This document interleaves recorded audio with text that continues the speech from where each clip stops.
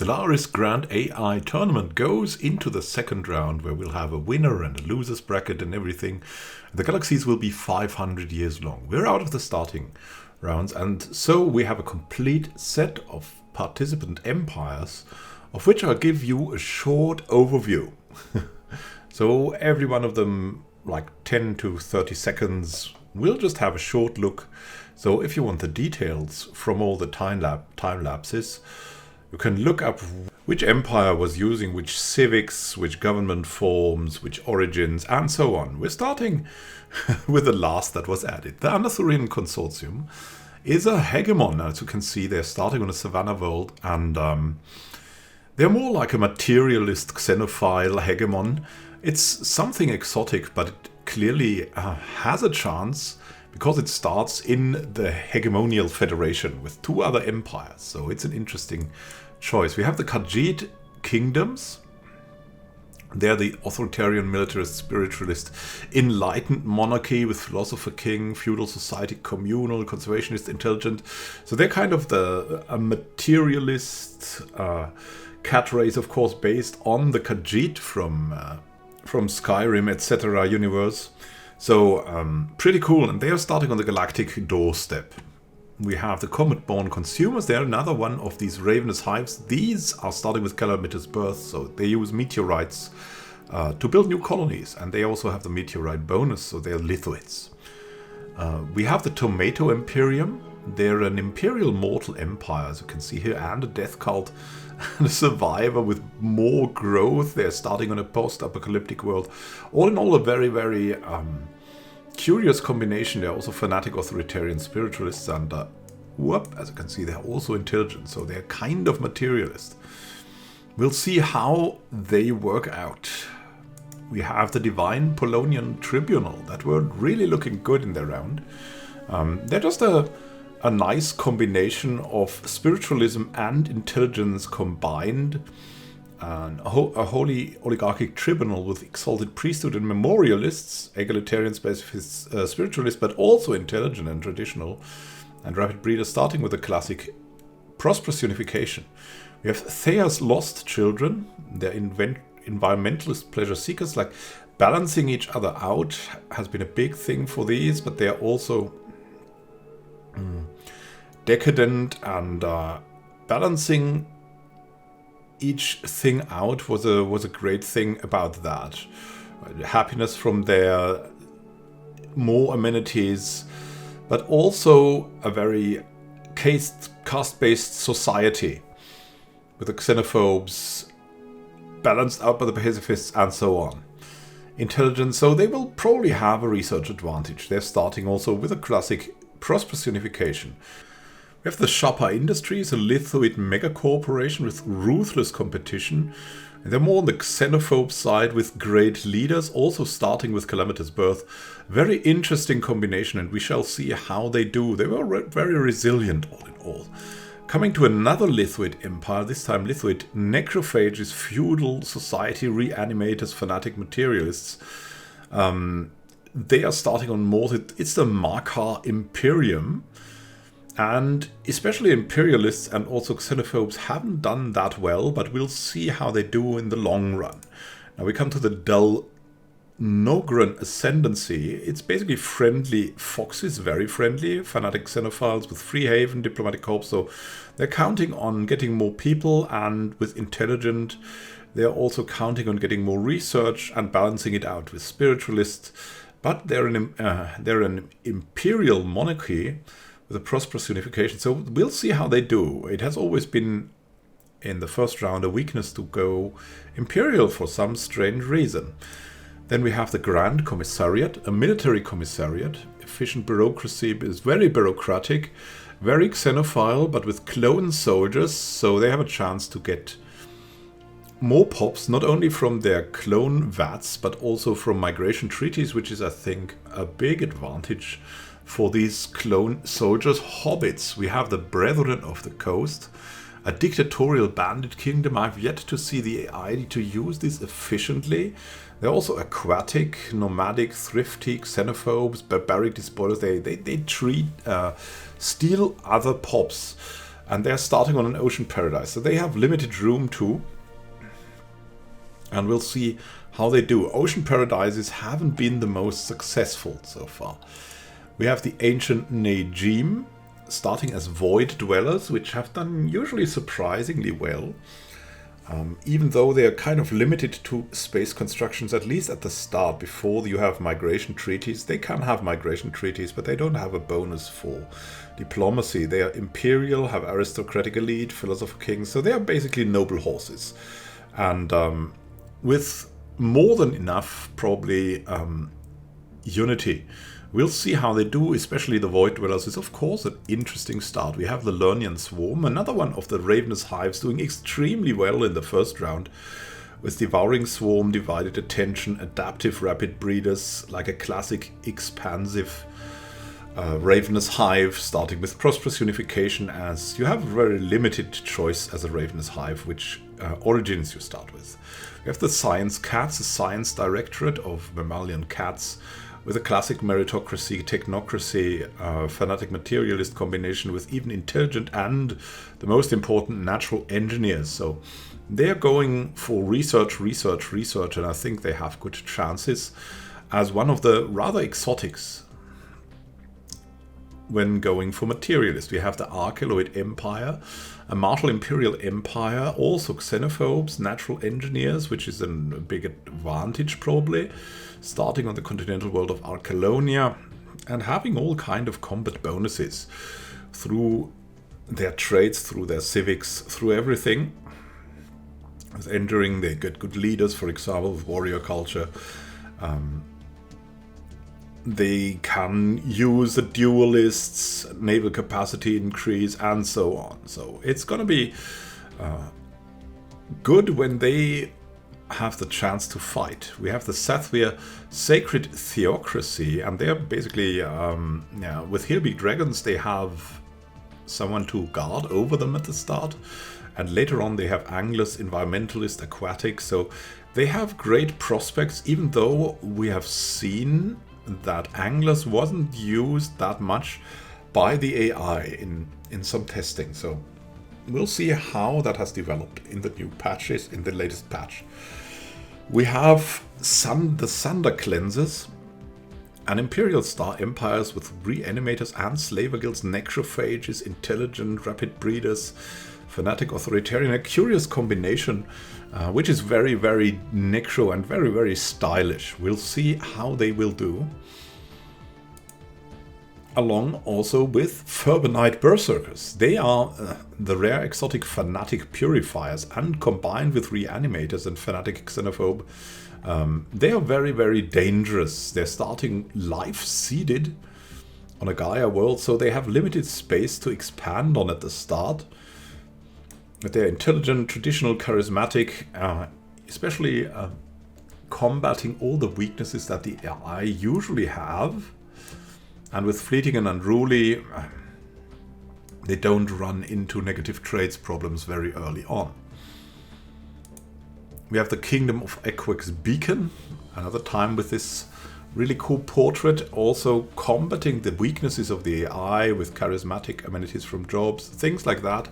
And they have the interesting Inward Perfection civic, so they cannot really do much diplomacy, especially not form some pacts. And that makes them isolationists, and that makes them a curious candidate to see if they can win, because they get really big bonuses for it, but they are of course isolated in a peaceful way. You have the Sevanian Star Commonwealth of Dragons.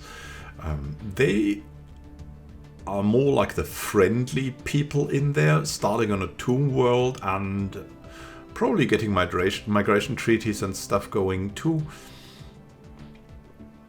improve their population growth, especially with the Beacon of Liberty, with empire size from Pops going down. They have enough room for all the people they can get through migration treaties. Also probably treating their people well with a moral democracy, and the automatic resettlement chance helps in the mid and late game as well. We have Eyvaarnh, the collective consciousness hive mind, empathic.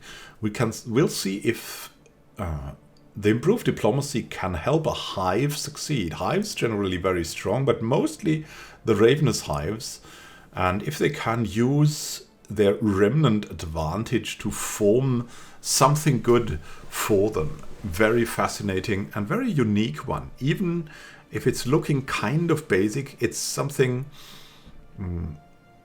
in the combination never before seen. We have the Eternal Imperium, another lithoid. Lithoids are very, very good and very, very popular here. They seem to be a really good pick in nearly all instances, and these are even venerable lithoids, necrophages. That hints at leaders, having good leaders being very good, but they also have an imperial cult, philosopher king. So with an imperial cult, they can use a lot of edicts and things like that. So we'll see how their necrophaging will go, or if they will be hated very quickly by everyone. Then they might have a problem.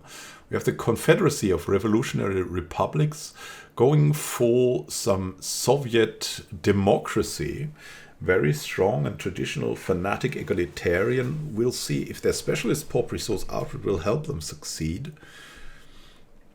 When they're starting their prosperous unification, shared burdens has often kind of failed, but it was often connected to peaceful empires losing out to ravenous hives. So we'll see how they do in the longer run, if they can maybe form a federation, if it's maybe a good idea to have them form a federation with shared burdens. We have the Prime Index, one of the rare normal machine empires. This is a driven assimilator, so they will have a slightly decreased opinion for most other empires, but they're not a pariah, or they don't have access to diplomacy.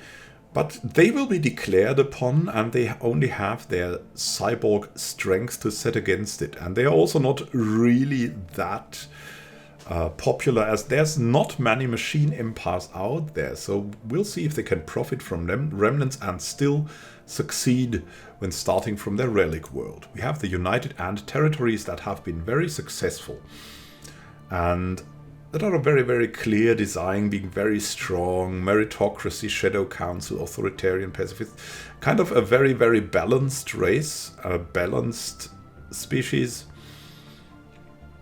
making it easy to have more pop resource output and election cost with their oligarchic authority. And in general, they were doing very well, and no one could really explain why.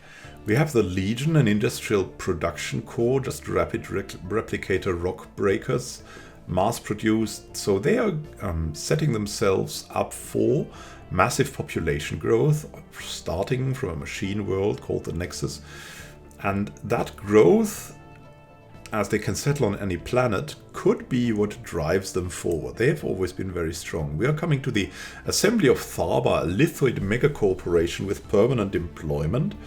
We'll see if that posthumous employment will help them out, creating their empire. They're even xenophile, traditional, charismatic. So everything they have is like targeted against the weaknesses of the AI, is except for syncretic evolution, which can lead to some interesting developments, even a split of the empire. We have the Kadikon Dominion, a star empire with slaver guilds, reanimators. They're fanatic authoritarian militarists. They're also intelligent, venerable necrophages. So they are a very, very interesting but also slightly complicated empire for the AI to leverage. Like necrophage, I've never seen really go out there.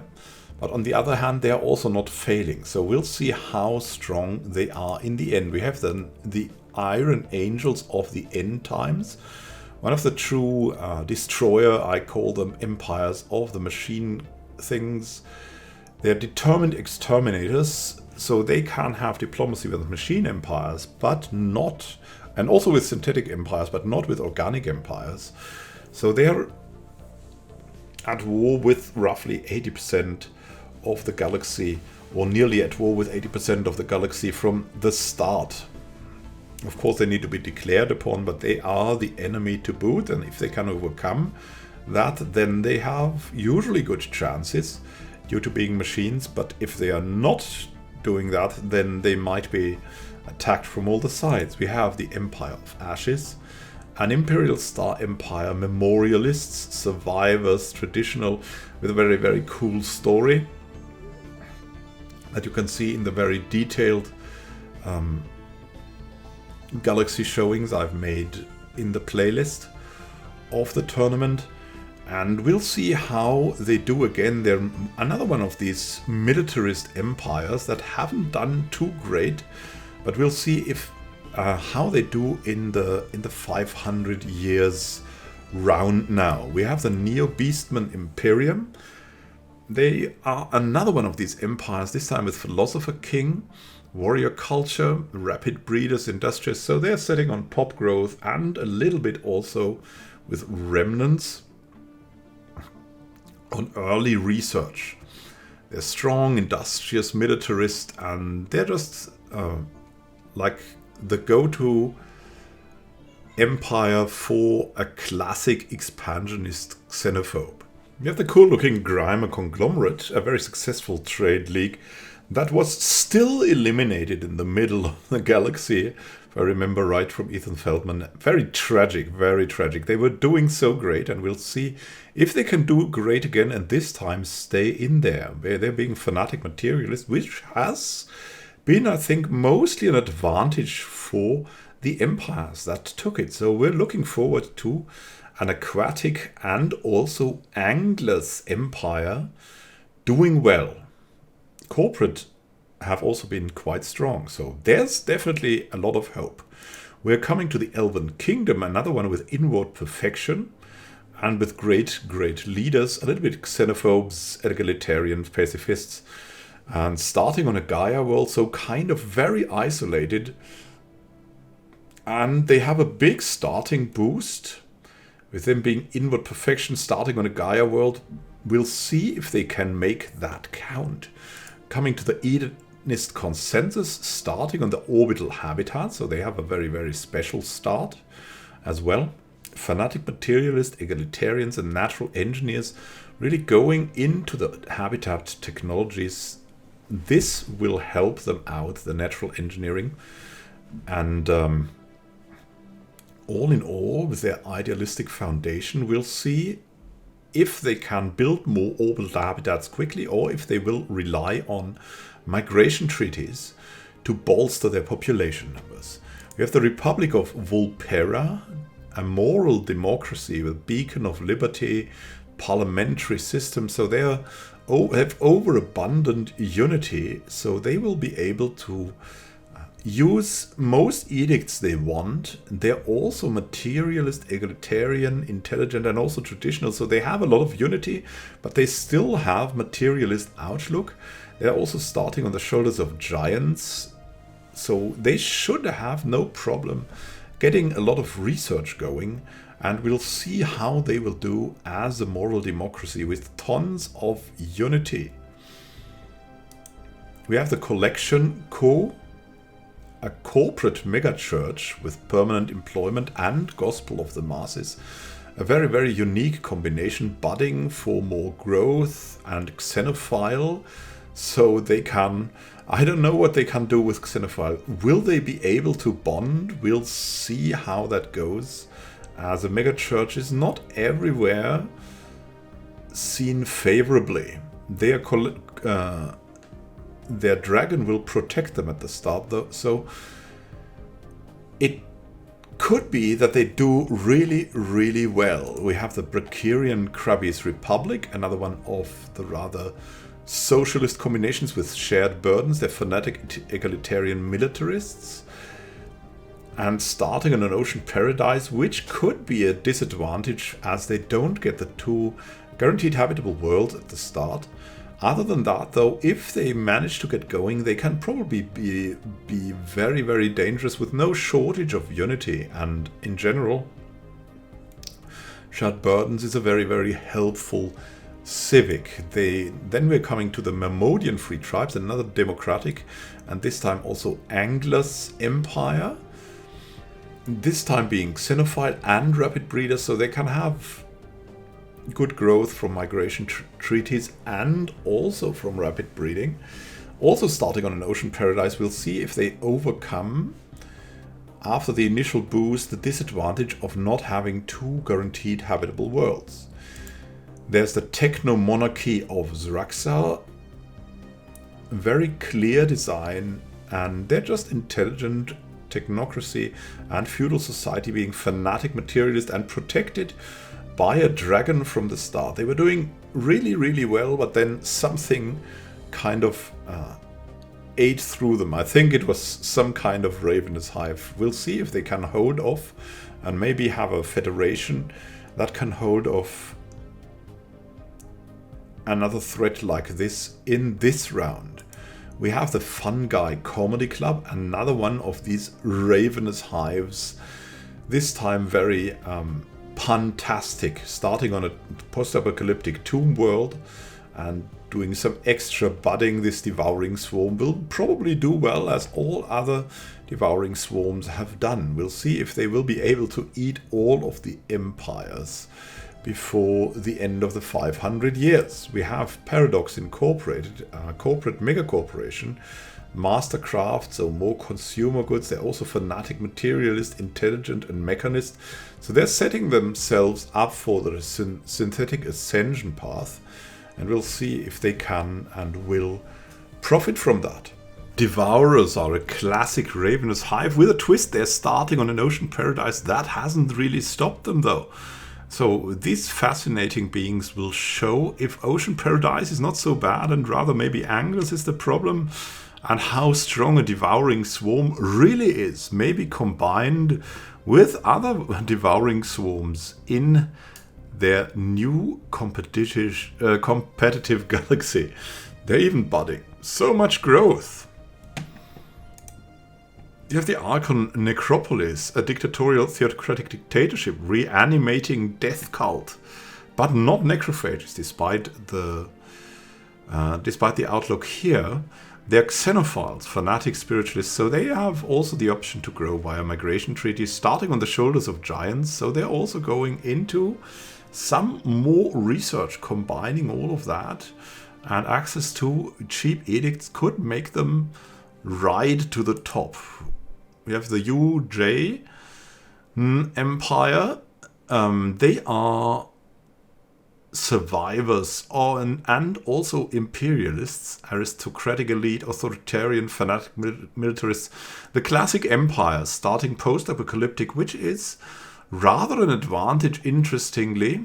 Will they do well as well? They have done well for a while in their previous galaxy, but then somehow they fell off, but survived. So we'll see if this time they'll get it done to do something with their fanatic militarism.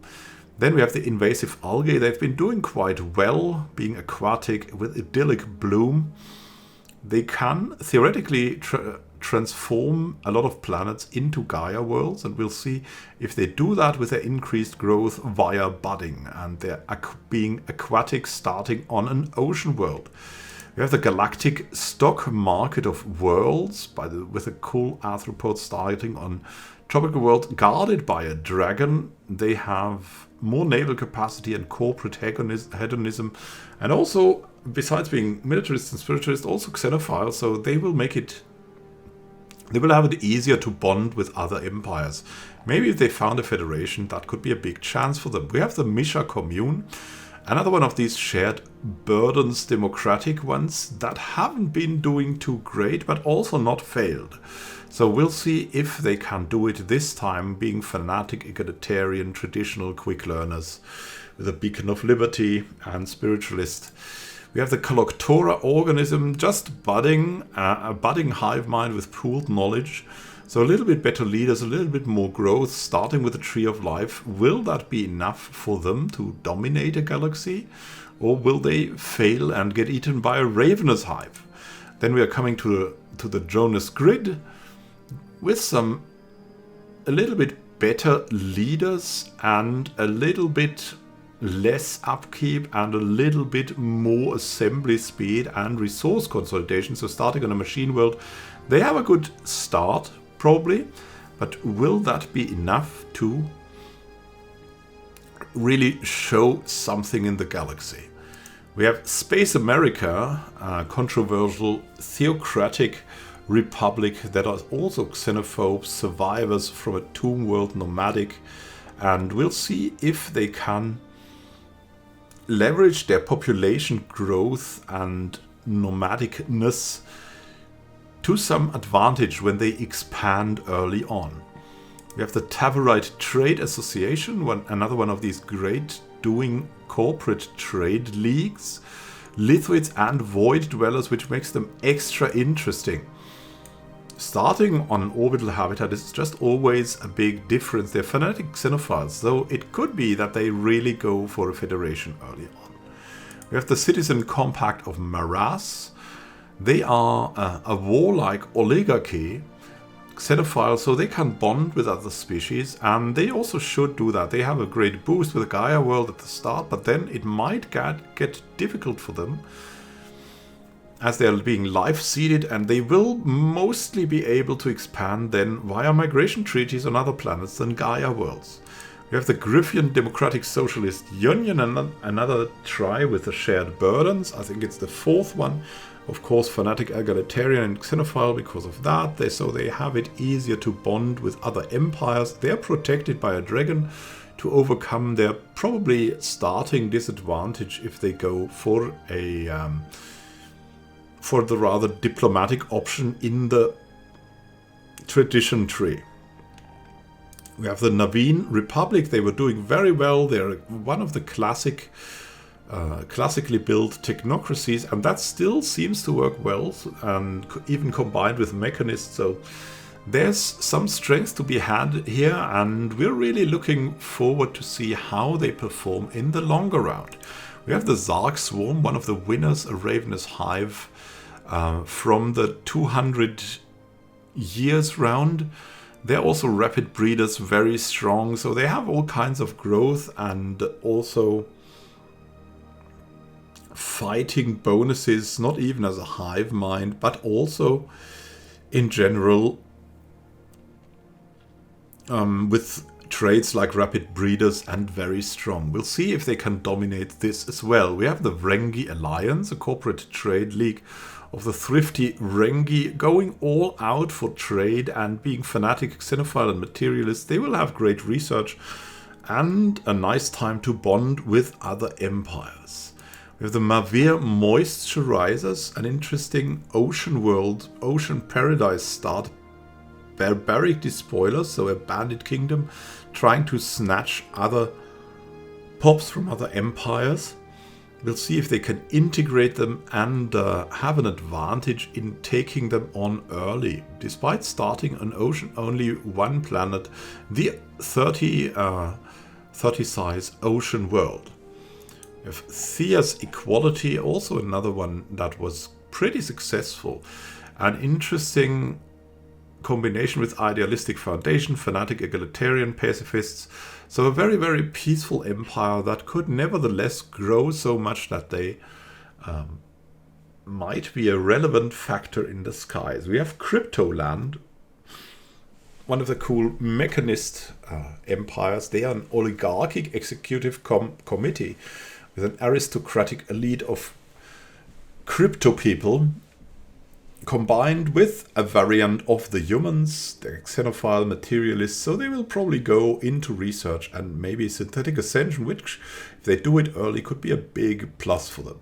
We have the Arathi Hierocracy.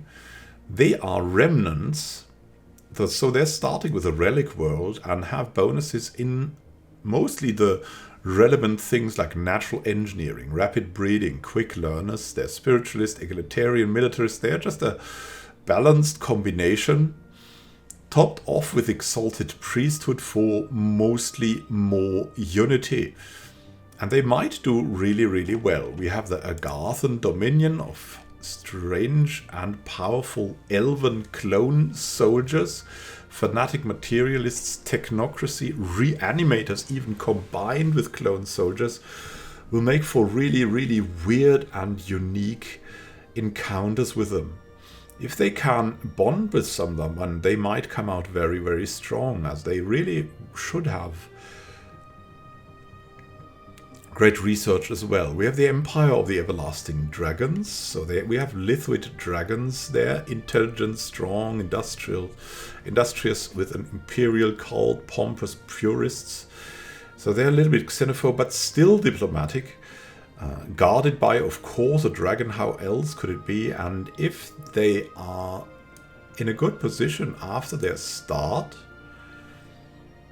then they might just go out there and either bond with someone or go on a rampage. We have the Burb Imperium, a despotic imperial hegemony of void dwellers. And while it's hard to expand there early on, it is usually a really good starting on the 3 orbital habitats. Fanatic, authoritarian, and militarist and intelligent further bolsters their research and should help them break out of these habitats early on. We have the Scarvan Bank.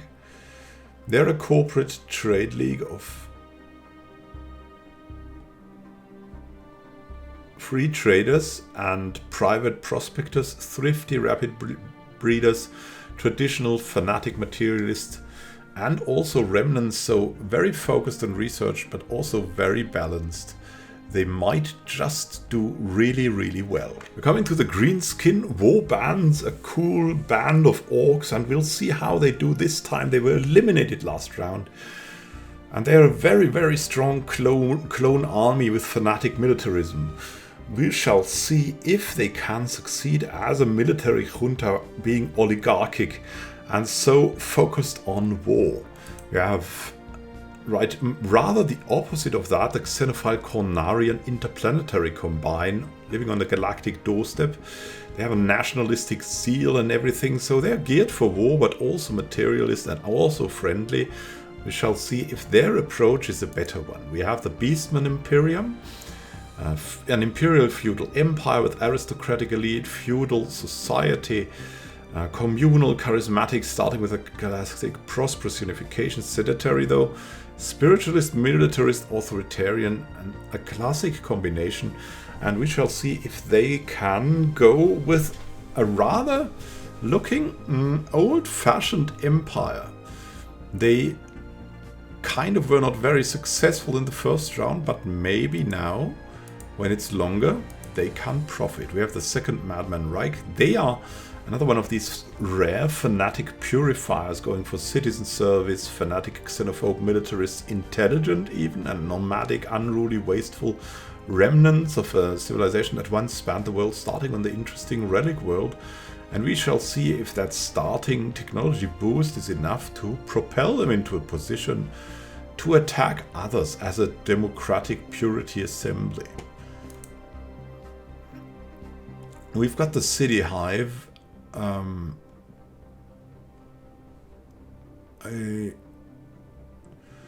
collective consciousness hive mind. They're aesthetic with one mind. All the leaders are less likely to gain negative traits. So they're a hive mind that is not eating all of them. They're aquatic, industrious, budding, and we'll see if this Tree of Life empire can succeed in such a peaceful fashion, even if it seems like that hives are in this patch made for war. We have the Quadranite Corporation, another one of the relatively successful mega corporations, this time with brand loyalty and corporate death cult. Scintillating skin, strong xenophiles and fanatic spiritualists. Starting with the rare Common Ground, I think it's the only one, starting as the leader of a galactic union federation with 2 additional members, which could really help them to first survive and then later on succeed. We have the Pashati Absorbers, changed from the original Pashati Absorbers that come with the game. They are fanatic purifiers and reanimators and also necrophages. We'll see if this strange and really unique combination of fanatic xenophobe militarists will succeed being dictatorial. We have the Tebrit Homologue Catalog Index. That's also a change from the usual Tebrit Homologue. They have enhanced memory logic engines. They're driven as simulators and static research analysis. So they are good at researching and integrating others into their empire. Being remnants, starting with the relic world, will help them further with an early on tech boost, and we'll see if they can win through that. Then we have the Qual Hive, another one of these hive minds, this time not a ravenous hive, as well ascetic, with one mind, rapid breeders, charismatic, natural engineers, because engineering is so important, and the prosperous unifications. It will be very interesting to see how such an perceived average empire might do, and it might be your safest if you don't go to the extremes. We have the Aclix Glorious Risen, a moral democratic democracy with an agrarian idol and a police state. They are necrophages, extremely adaptive and strong. Being necrophage will probably lead to some problems diplomatically, but Pacifist could balance this out, and we'll see how they do. All in all, agrarian idol is usually a great civic, but there's a lot of questions about this, what this well-balanced empire will do. We're coming to the Drag Union, a theocratic monarchy with mining guilds, natural sociologists, intelligent rapid breeders, and syncretic evolution, for example, authoritarian, militarist, and spiritualist. It's an interesting combination of which I have no idea how it will do. We've seen that Imperial doesn't really do that well, but they are not xenophobes, so they might have some leverage, because most Imperials were also usually xenophobe. We have the Vulcan Republican States, xenophiles, an oligarchic military junta, and they have rather better leaders than usual. Free Haven 2 mining guilds, so with a little bit better on every in every instance, and with a interesting Shattered Ringworld start. They have a big boost at the start, and we'll see if they can continue like that later. Then we have the United Chantari Alliance, an avian military commissariat of clone soldiers, and with a parliamentary system. We'll see if they can develop them being clone soldiers, maybe combine it with a migration treaty for continued pop growth, and then their leader elite of clone soldiers might carry them to the top. We have the Clan Animators, another one of the Bandit Kingdoms. These times they are reanimators and barbaric despoilers combined with an exotic syncretic evolution that I've never seen the eye use that efficiently. We'll see how they do, being dictatorial, xenophobe. They will also not have a great diplomacy, but of course they are intelligent and strong and conservationist. And everything else is used to counter the weaknesses of the AI. Being decadent and deviance, something like that, only becomes really relevant later on. And so they have a good start, and we'll see if they can continue like that. Maybe even become synthetics. We have the Mirovandia Mind. It's another one of these empathic hive minds. So going the other way, instead of fully confrontational, they're going Tree of Life and Empathy.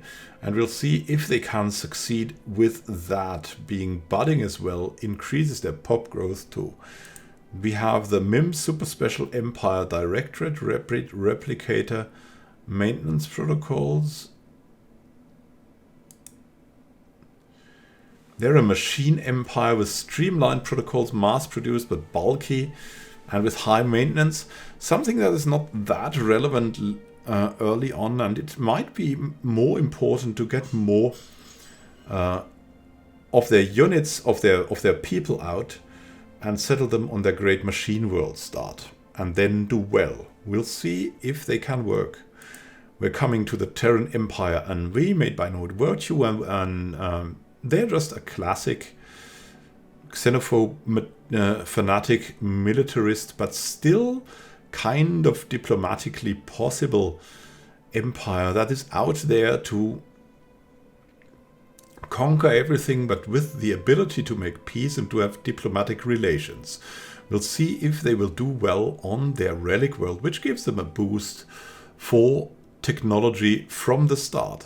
And here we come to another empire, the Conclave of Surland, Shadland and Strumland, which I've shamefully forgotten. to add, so I will exchange them for one of my empires in the grand finals. So this is a theocratic democratic republic. Environmentalists, less consumer goods upkeep, meritocracy, one more leader level cap, specialist pop resource output increased, as well as fanatic egalitarian. Also helps the specialists and the faction unity gain, and the spiritualists even more. They're also natural physicists, which will help greatly with research and research enhancing technologies. And conservationists, so they're saving even more consumer goods, which could be leading to them very, very good. I mean, they're prosperous unification. Something which the AI really uses well. The Skadian development was similar to the human world, with kingdoms and empires falling and rising. Divergence started in the Skadian Middle Ages. Spread of egalitarian ideas led to the assembly of several peasant republics. Religious wars was uncommon, as the faith of the Skadians had an ancient spaceship as a holy site, and believed that with meditation the power of the ancients would grant them divine powers. When divergences arose, ecumenical conclaves were called to unify the Skadian church. The nautical age brought international conflicts, and finally all united under one democratic banner to form the conclave of Surland, Shetland and Strumland to go to the stars. So these were all of the empires. I've tried to keep it as short as possible. You can look everything up there and see what did how well. Again, I'm thanking also Foxasaur from the PDX forums, who has made most of the tournament into a great spreadsheet. And so if you're into deeply analyzing the results, you should join the discussion thread that I've linked below in the description and look for the post from Foxasaur, who keeps this going like on the statistical side, I would say. Thank you for watching and happy gaming to you. And now we'll continue into the winners and losers bracket round of 500 years time lapses that will no doubt give us more results, more triumphs and more losses, and we'll see how the AI in general thinks, performs, and which empire is the strongest currently, and who has made the winning empire. Have a great time until soon. This is Eyvaarnh signing out. See you soon and happy gaming.